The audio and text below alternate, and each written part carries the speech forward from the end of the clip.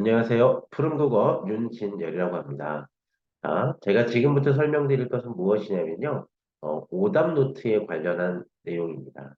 그런데 일반적인 오답 노트가 아니라 다소 내신과 관련된 부분이 있죠. 내신 성적을 높이기 위한 오답 노트입니다. 정말 심플하게 되어 있거든요. 그러니까 간단한 영상이니까 한번 보시고 따라서 한번 해보시면 정말 그 고득점으로 갈 수 있는 길이라고 생각합니다. 자, 일단 내신 성적이 좋으려면요. 우선 첫 번째로 학교 수업을 잘 들어야 되겠죠. 그리고 학교 선생님께서 필기해 주시는 것을 열심히 따라서 필기를 해야 되겠죠. 이것은 가장 기본입니다. 아시겠죠? 자, 그리고 나서부터 여러분들이 어떻게 하셔야지만 되느냐? 학교 시험과 관련된 필기 또는 관련된 영상이 있다면 그러한 영상들을 반복해서 볼 수 있어야지만 됩니다. 특히 저희 프롬국어에서 제공하는 문법 관련 영상이라든가 일부 내신과 관련된 영상들은 반드시 반복해서 보시는 게 무조건 필요합니다. 자, 그리고 내신 숙제로 주는 것들 아니면 여러분들께서 문제집을 사서 문제를 풀고 나서 꼼꼼하게 분석하는 해야지만 됩니다. 이것이 내신 성적을 잘 받기 위한 가장 기본적인 세 가지 원칙입니다. 자, 그러면 지금부터 본격적으로 오답 노트를 작성하는 방법에 대해서 설명을 드리도록 하겠습니다. 자, 문법 같은 경우는요, 문법 오답 노트를 한 권을 딱 준비를 하세요. 그냥 줄글로 지금처럼 이렇게 칸이 이렇게 쳐져 있는 이런 정도의 그냥 그 노트면 크게 상관없을 것 같아요. 그리고 가장 중요한 것은 자신이 어떤 단원에서 틀렸는지를 이렇게 어떤 부분에서 틀렸는지를 써주고요. 그 내용에 관련돼서 같이 작성을 해주세요. 여기서 가장 중요한 것은 뭐냐면 사례까지 반드시 이렇게 써주셔야지만 된다는 겁니다. 이것도 선생님이 또 빨간색으로 좀 해줘야 되는데 이렇게 이 어떤 문법에서의 자신이 틀린 부분들이 있으면 그 사례까지 반드시 이렇게 써서 내용을 작성을 해주면 나중에 자신이 오답 노트만 쭉 보더라도 바로 이해를 할 수 있습니다. 반드시 사례까지 작성하는 거 잊지 말아주세요. 자, 그 다음 내신과 관련된 문학에서 우리가 오답 노트를 작성하는 방법은 크게 두 가지가 있습니다. 문학은요, 시험에 출제가 될 때 그 단원에 해당하는 내용을 물어보는 것이 시험에 출제되거나 아니면 개념어 사전에 나오는 어떤 우리가 표현법들이라든가 이런 것들, 개념에 대한 것들, 그런 개념이나 표현법들을 적용하는 문제들이 시험에 출제되거든요. 그래서 이것은 두 가지를 활용하는 게 좋을 것 같아요. 첫 번째, 자, 문제를 풀었을 때 단순히 내용에 대한 부분을 틀렸다라고 하면 이렇게 작품명을 써주시고 그리고 그것과 관련한 내용을 간단하게 정리하는 문학 오답 노트가 한 권 있으면 좋습니다.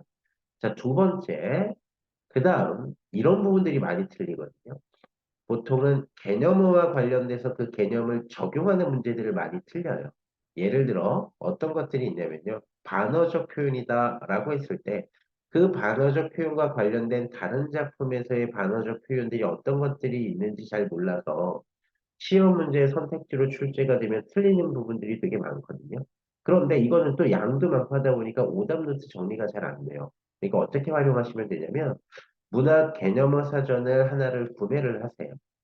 그리고 나서 이 개념어 사전에다가 평소에 이런 개념어 사전을 하루 한 페이지 정도 읽으면 되게 좋습니다. 네.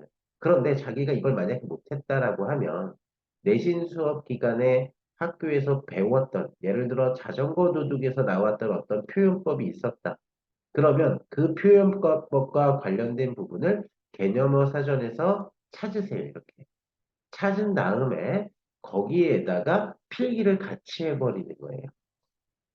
무슨 말인지 이해가 되셨나요? 아시겠어요?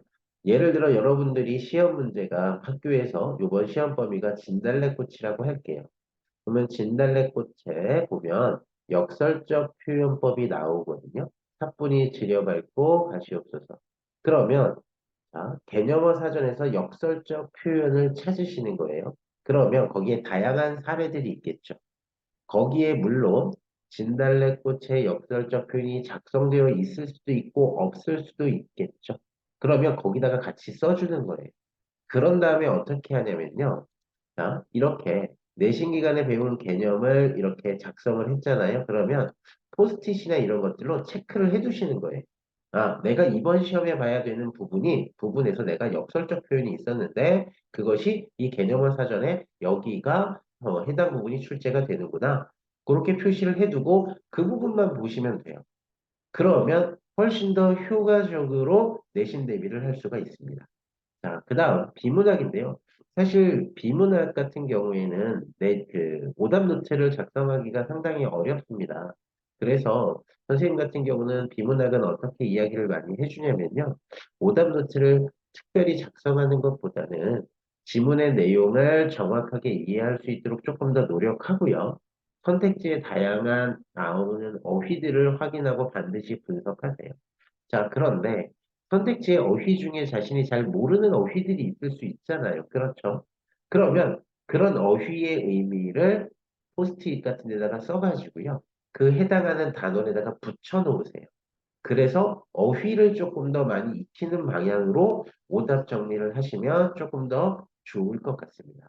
물론 비문학 지문을 분석하거나 그 다음에 선택지를 분석하고 하는 방법들은 제가 보내드린 영상들이 있을 겁니다.